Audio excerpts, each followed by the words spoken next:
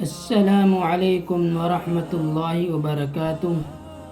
امید ہے دوستو تمام حضرات خیر و عافیت سے ہوں گے۔ دوستو سبق شروع کرنے سے پہلے آپ سے ایک درخواست ہے کہ اگر آپ نے ابھی تک ہمارا چینل سبسکرائب نہیں کیا ہے تو ہمارے چینل کو سبسکرائب کریں اور بیل آئیکن بٹن کو دبائیں تاکہ ہر آنے والی ویڈیو آپ کے پاس سب سے پہلے پہنچ سکے۔ دیکھیے دوستو، آج کا سبق ہمارے یہاں سے ہے اور یہ اردو زبان کی پہلی کتاب صفحہ نمبر 8 اور سبق نمبر 6۔ بسم اللہ الرحمن الرحیم۔ جریب، غریب، نصیب، وکیل، امیر، فقیر، بخیل، ذلیل، زمین، امین، شریف، رذیل، عذاب، خراب، دوات، چراغ، دماغ، سوار، سنار، شمار، گلاب، گمان، جوان، گناہ، حساب، علاج، لباس، کتاب، کسان، لحاظ۔ تو یہ سبق اس طرح پڑھا جائے گا، یعنی کہ لفظ کسی میں 4 ہیں، کسی میں 5 ہیں، جملہ ایک بن رہا ہے۔ آپ کو صرف لفظ کو سمجھنا ہے کہ شکلیں اگر ہم نے جو اسے پہلے والی کتاب پڑھائی تھی اس میں اگر آپ نے یہ شکلیں سمجھ لی تو پھر آپ کے لیے بہت آسان ہو جائے گا پڑھنا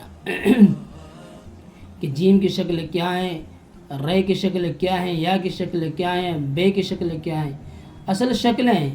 اور پھر یہی شکلیں مل کے آگے چل کے بڑے بڑے الفاظ بن جاتے ہیں۔ آگے دیکھیے، خلقت، شربت، غفلت، نفرت، طاقت۔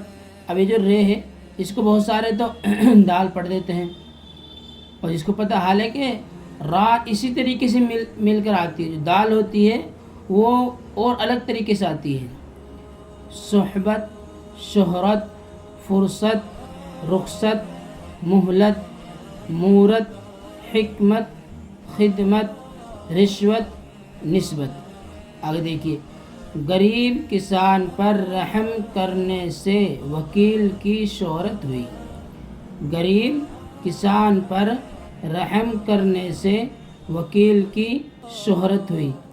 کسی کی نسبت برا گمان کرنا بھی ایک گناہ ہے۔ کسی کی نسبت برا گمان کرنا بھی ایک گناہ ہے۔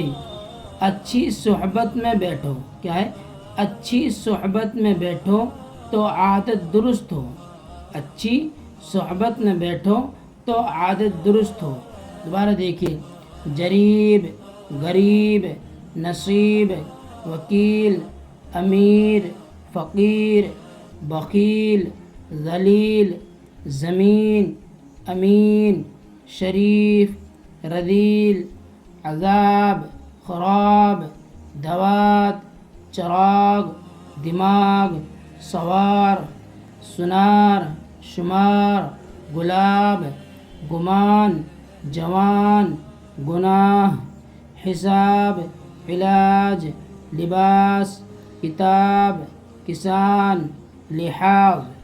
خلقت، شربت، غفلت، نفرت، طاقت، صحبت، شہرت، فرصت، رخصت، مہلت، مورت، حکمت، خدمت، رشوت، نسبت۔